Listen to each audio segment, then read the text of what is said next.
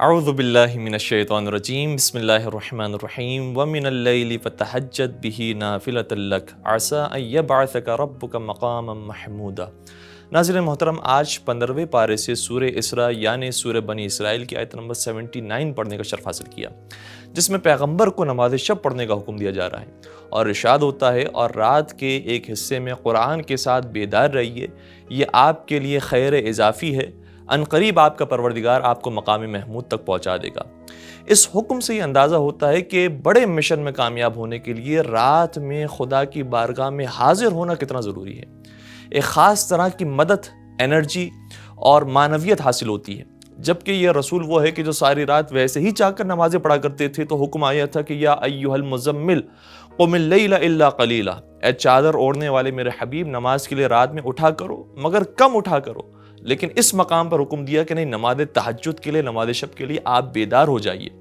اور یہ ضروری ہے انسان کے لیے کہ پروردگار تک انسان پہنچے، چاہے وہ آیات الہیہ کو دیکھنے کے بعد اور آفاق الہیہ کو دیکھنے کے بعد، یا وہ آیات جو انسان کے نفس میں پائی جاتی ہیں ان کو دیکھنے کے بعد خدا تک پہنچے۔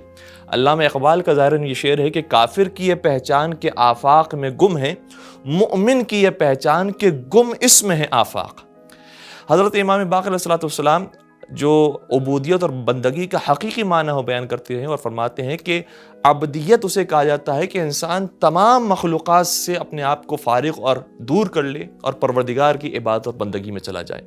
مولائے متقیان بھی عبادت کرنے والوں کی 3 قسم بیان فرماتے ہیں۔ ان قوما عبدوا اللہ رغبۃ فتلک عبادۃ التجار، وان قوما عبدوا اللہ رحبۃ فتلک عبادۃ العبید، وان قوما عبدوا اللہ شکرا فتلک عبادۃ الاحرار۔ فرماتے ہیں کہ ایک عبادت کی قسم وہ ہے کہ جو عبادت کرنے والے کسی لالچ میں کر رہے ہوتے ہیں، تو وہ عبادت وہ ہے جو جنت کی وجہ سے انسان انجام دے رہا ہے، تو وہ عبادت نہیں ہے بلکہ تجارت ہے۔ اور دوسری عبادت وہ ہے جو خوف سے کی جا رہی ہوتی ہے کہ کہیں جہنم میں ڈال دیا جائے، تو وہ عبادت بھی عبادت نہیں ہے بلکہ حقیقت میں خوف ہے جو عبادت پر مجبور کر رہا ہے۔ اور تیسری عبادت وہ ہے جو خدا کی نعمتوں پر شکر کے لیے انجام دی جائے، وہ آزاد بندوں کی عبادت ہوتی ہے۔ اور یاد رکھیے گا، چھٹے امام جعفر صادق علیہ السلام ارشاد فرماتے ہیں کہ اگر انسان پروردگار سے ڈرنا شروع ہو جائے تو پروردگار ساری دنیا کو اس سے ڈرا دینے پر مجبور کر دیتی ہے، اور اگر خدا سے انسان نہ ڈر رہا ہو تو پھر ہر چیز انسان کو ڈرانے والی ہو جاتی ہے۔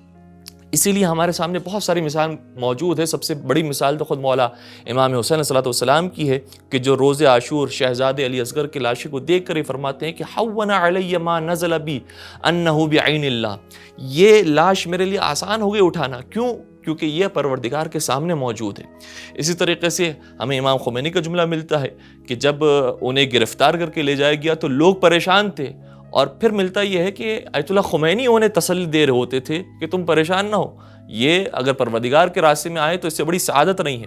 اسی طریقے سے آیت اللہ خامنہئی نے بھی ایک بڑا خوبصورت جملہ ایک خطبے کے اندر بیان فرمایا، فرماتے ہیں کہ ایک نوجوان جو شہید ہو گیا، اس نے یہ بات بیان کی ہے کہ اگر ہم سامنے والوں کی خاردار سیم سے اور خاردار جو بیریئر ہے اس سے عبور کرنا چاہتے ہیں تو پہلے ضروری ہے کہ اپنے نفس کے اوپر جو خاردار بیریئر موجود ہے اس سے اگر انسان عبور کر لیتا ہے تو پھر دشمنوں سے عبور کرنا بہت آسان ہو جاتا ہے۔ والسلام علیکم ورحمۃ اللہ وبرکاتہ۔ مسابقہ قرآنی دعوت۔ محترم ناظرین، مسابقہ قرآنی دعوت میں شرکت کے لیے ان سوالوں کے جوابات دیجیے۔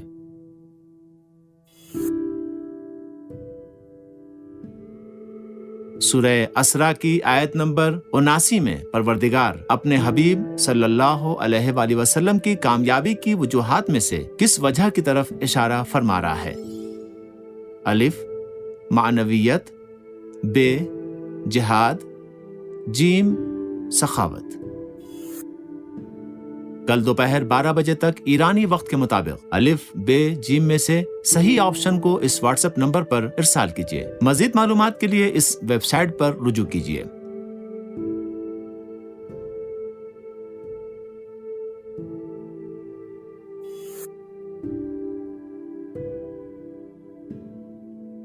رمضان المبارک کے اختتام پر 10 شرکاء کو قرآن اندازی کے ذریعے انعامات سے نوازا جائے گا۔